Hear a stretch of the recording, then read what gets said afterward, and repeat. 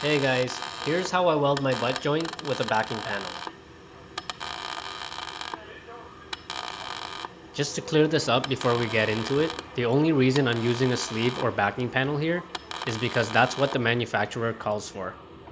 I'm always checking the repair procedure first to see whether they want a backing panel or an open butt joint. That's not really a decision I'm making myself. I'm just following the manufacturer's procedure for this repair.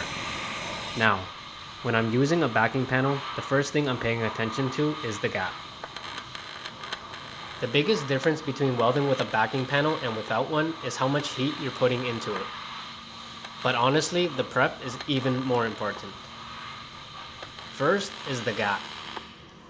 When I'm using a backing panel, I want a bigger gap than I normally would with an open butt joint.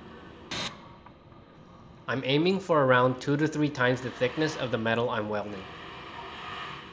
That bigger gap gives the weld time to penetrate into the backing panel before it closes everything up.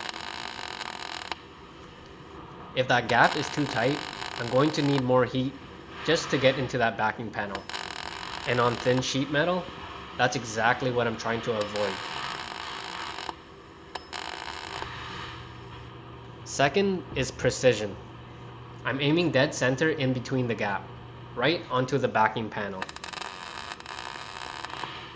I want my arc starting on that backing and then letting the weld tie into both sides of the joint. If I start leaning too much onto one side, I might get a nice weld on that edge, but I'm not necessarily getting the correct penetration I want on the other side.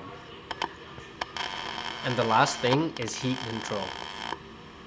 In between each pass, I'm cooling everything down with compressed air. But I'm not hitting the weld while it's still red and molten hot. I'm waiting for that weld to fully solidify and for that cherry red to disappear first. Once it's solid, then I'll use compressed air to pull some of the heat out of the panel before I move on to the next one. The whole idea here is just controlling how much heat I'm putting into the panel as I work my way across. To further control the heat, after each hit, I wait for the bright red weld to go dull before doing the next one. After about 6 or 7 welds, I'll stop completely, let the panel cool down, and then start again.